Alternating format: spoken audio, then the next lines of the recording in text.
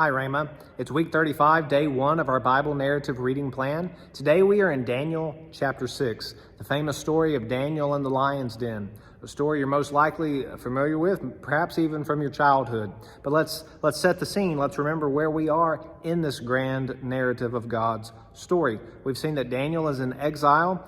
He's gone through many changes in his life as he's been ripped away from his home as a young man. He has served in a foreign land for many years. By all accounts, he's probably over 80 at this point. And remember what we saw in the previous reading from the end of last week, that there's a new kingdom in control. There's a new king in town. It's Darius the Mede. Now, Darius or Darius, that's probably a title, representative of his title, because we see him referred to as Cyrus later on in other places. So same situation going on where you have a title and also a first name. But we see here in the beginning of chapter 6, it sets up the government situation there, but it helps us understand where we're going in the story. So King Darius, he is setting up this form of government, and Daniel rises to the top. Even though he's a new king, he sees what happened with Belshazzar and Nebuchadnezzar before him, the rule of the Babylonians. Now we have the rule of the Persians, but Darius is wise enough to recognize that Daniel is a remarkable leader. And so Daniel quickly rises to the top, and he's one of the top 3 people in the whole kingdom. And it says that Darius wants to put him over the whole kingdom, where he can just sit back and relax and not have to worry about anything, and Daniel can take care of everything. Why? Because it says Daniel has an excellent spirit in him.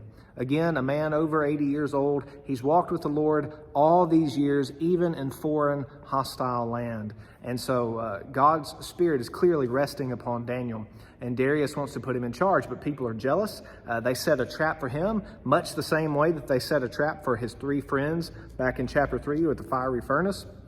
And so when they recognize that they can only find fault with Daniel in the way that he worships his God, because he's faithful to worship his God.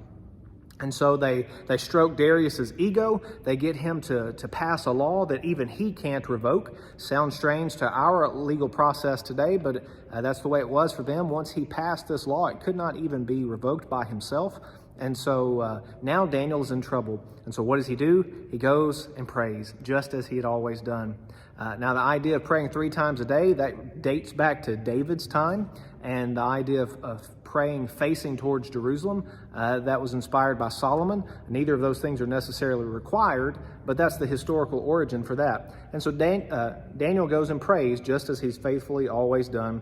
And of course, he is seen, and they think they've got him. They think that their trap is working. And so they take him and they throw him in this pit.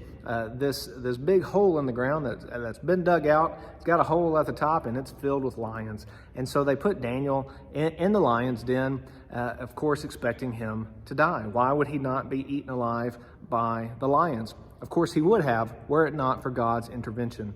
So in the same way that the angel of the Lord intervenes in the fiery furnace, the angel of the Lord, perhaps the same one, perhaps again a pre-incarnate version of Christ, but regardless, whoever it is, God's messenger goes into the lion's den, shuts the lions' mouths, and protects Daniel.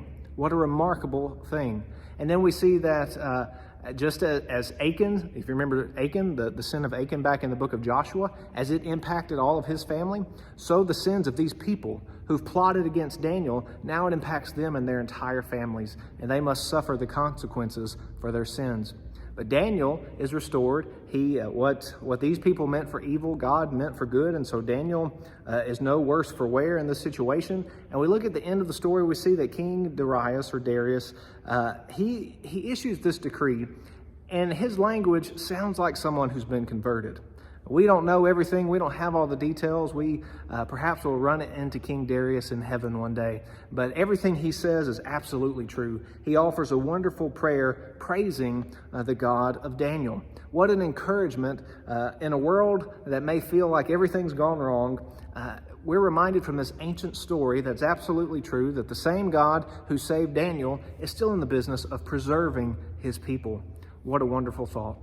Here's a summary of today's reading.